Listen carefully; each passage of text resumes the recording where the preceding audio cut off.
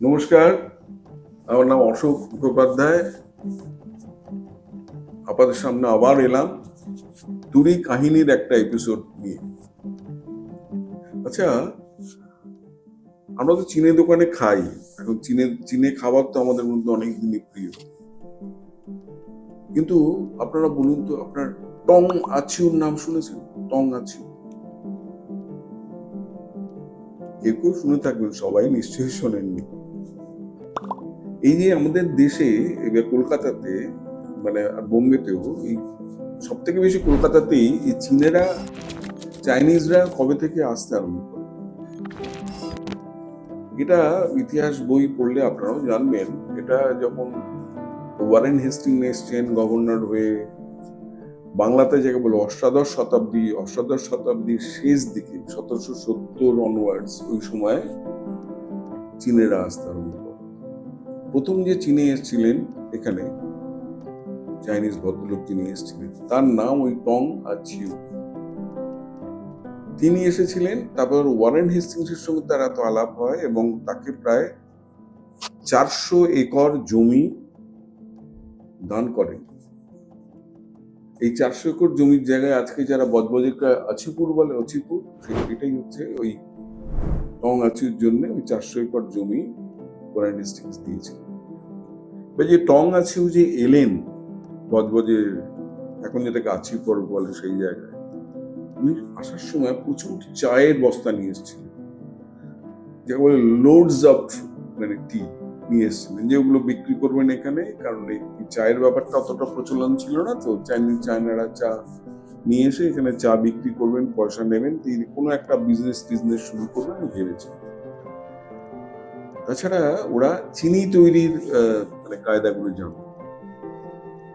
তো ওয়ারেন হেস্টিংসের সঙ্গে কথা হওয়ার পর বলে, এতটা জমি দিচ্ছি, তুমি এবার একটা আখের ক্ষেত বানাও। বললো ঠিক আছে।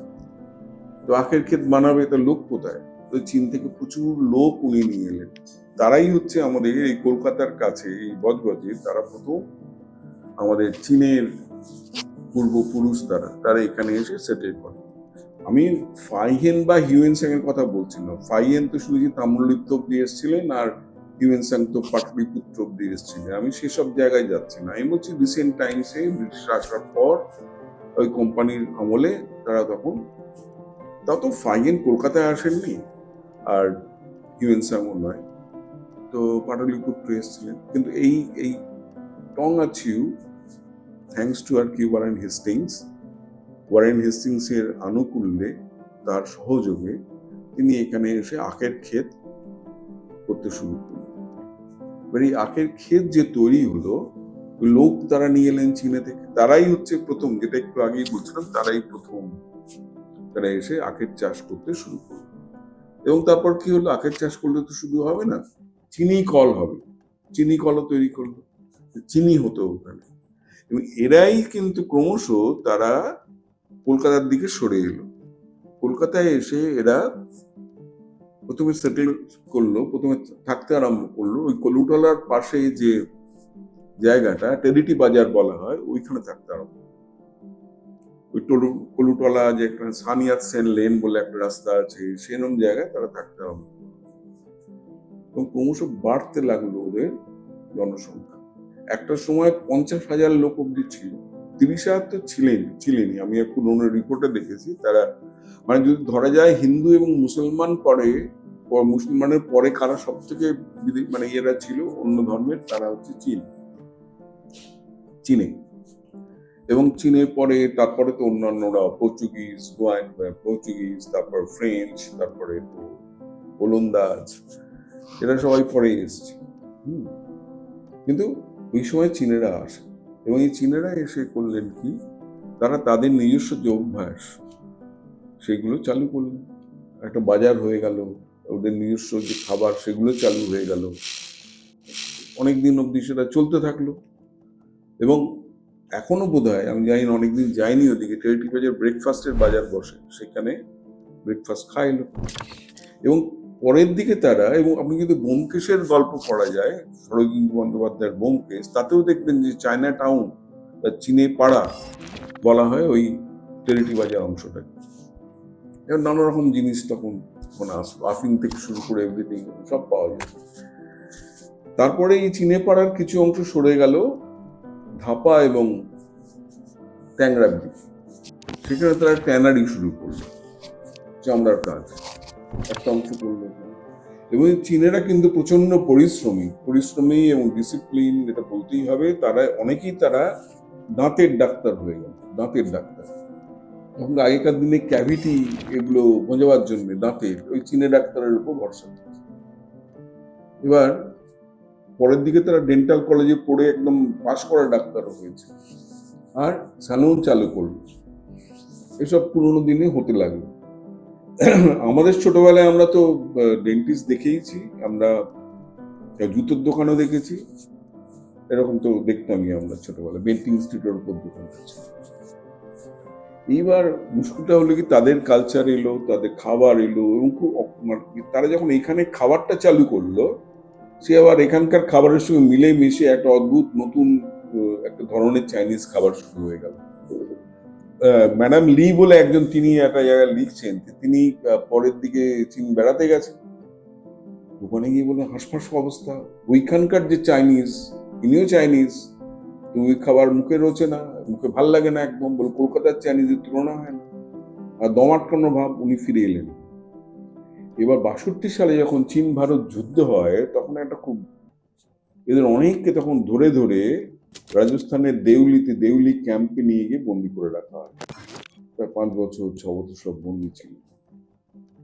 এই ডিটেনশন ক্যাম্পে থাকার পর তাদের যে যুদ্ধের পরে তাদের যে অভিজ্ঞতা হলো, তারা অনেকেই তখন হংকং এ, অস্ট্রেলিয়ায়, কানাডাতে চলে যেতে লাগে, তখন কমতে থাকলো। তবু এই যে 62 সালের পর থেকে কমলেও এখনো হয়তো কলকাতায় খুব বেশি নেই, 2-2.5 হাজার কি 3 হাজার মতো জনসংখ্যা। তবু তারা এখনো টেরিটি বাজারে কিছুটা অংশে আছে, আর ট্যাংরার ওখানে তো আছেই, নিজেদের স্কুল আছে। এবং আমি আমাদের 70 সালে আমি দেখেছিলাম আপনার ওই আছে, আপনার খবরের কাগজ আছে, কাঠের ব্লকে ছাপা হতো কাগজ, প্রত্যেক দিন সেই খবরের কাগজ বেরোয়। এবং খবরের কাগজ বেরোয় কখন? যখন তার একটা পাঠক থাকে। তেমন 70-71 সালেও অত পাঠক ছিল যারা সন্ধ্যেবেলায় যে কাগজ দিয়ে বেরোচ্ছে কেনবার মতো লোক ছিল। ক্রমশ কমছে, এখন আর কাগজ বেরোয় না, কিন্তু সেই কাগজ আমি তখন দেখেছি। এবং এই যে চীনেদের শেখানোর স্কুল ছিল, ডিসিপ্লিন ছিল। আমাকে একজন ওই খুব নামকরা একটা রেস্টুরেন্ট চালান, তার মালিক মনিকা লিউ, তিনি বলেছেন যে ওই ওদের যে দোকানের কাছে একটা বড় বাজার বসত, সেই বাজার তো নেই, বাজারের সাইজ ছোট হয়ে গেছে, ওইসব জিনিসও পাওয়া যায় না, কিন্তু তবু তিনি এখানে চালিয়ে যাচ্ছেন। এবং তিনি বলেন যে আমি ইন্ডিয়ান, আমি কলকাতাবাসী, গর্ব করে বলেন। সুযোগ দিলেও উনি চায়না যাবেন না, চীনে চলে যাবেন না, এই লয়্যালটিটা এরকম রয়েছে। এই বাজার টাজার গুলো বললেন উনি, যেরকম ছোটবেলা থেকে বড় হয়েছে, উনিও দেউলি ক্যাম্পে কাটিয়েছেন ছোটবেলায়, তারপর ফিরে এসে এখানে এগুলো করলেন। এই যে একটা পরিশ্রমী ব্যাপার, ডিসিপ্লিন ব্যাপারটা, সেটা কিন্তু সাংঘাতিক, খুব ভালো। তো এই যে কালচার, যে কলকাতার যে একটা অ্যাসিমিলেশন অফ একটা কালচার এখানে হয়েছে, ভারতবর্ষের যে অ্যাসিমিলেশন অফ কালচারের মধ্যে, কলকাতায় তো নানা রকম লোকজন এসেছে, আমাদের চীনে একটা বড় ব্যাপার, এবং চীনে আমাদের জনজীবনের অঙ্গ হয়ে গেছে। চীনে খাবারকে এখন যারা আছে বাঙালিরা চীনে খাবার বলতে অজ্ঞান, তারা বলে দারুণ হয়েছে। এবং আমাদের যে চীনে খাবারগুলো, ফুটপাতে যে চীনে খাবার খাই, দারুণ লাগে কেন? এটা মোড অফ এ ক্যান্টনি ধরনের খাবার, ক্যান্টনের যে খাবারগুলো হয় সেই ধরনের খাবারগুলো এখানে খুব পছন্দ, সেইভাবে চলে আর কি, গরম গরম খাবার খেতে ভালো লাগে। তো এই তো চীনেরা এভাবেই কলকাতায় এসছে। এরপর থেকে যখন চীনে খাবার খেতে যাবেন, তখন একবার একটু ভেবে নেবেন যে এরা কবে এসছিল, কি করার চেষ্টা করেছে, এবং কি করে তারা আমাদের বাঙালির তথা কলকাতার একটা জনজীবনের অঙ্গ হয়ে উঠেছে। কলকাতা ছাড়াও ওরা এসেছিলেন, বোম্বেতে ছিলেন। বোম্বেতে দুটো জায়গায়, একটা মাজাগাঁও ডকের দিকে ওইখানে একটা থাকতো, আর একটা জায়গায়, তার বোম্বেতে 2 জায়গায় ওরা সেটেলমেন্ট করেছিলেন। আমাদের এখানে এরকম 2-3 জায়গায় করেছে। কিন্তু মুশকিলটা হলো চলে যাচ্ছেন ওদের অবস্থা, যেখানে পরের জেনারেশন তারা অন্য জায়গায় গিয়ে সেটেল করছে। এই হলো চীনেদের গল্প। তো এই তুরি কাহিনীতে এরকম গল্প আপনাদের মাঝে মাঝে শোনাবো, এবং চীনেদের সম্পর্কে আরো অনেক কথা বলবার থাকবে, পরের কোন এপিসোডে হয়তো শোনাবো। আজকে এই পর্যন্ত, আবার আসবো পরে কখনো। নমস্কার, ভালো থাকবেন এবং অবশ্যই আমাদের এই চ্যানেলকে সাবস্ক্রাইব করুন। নমস্কার।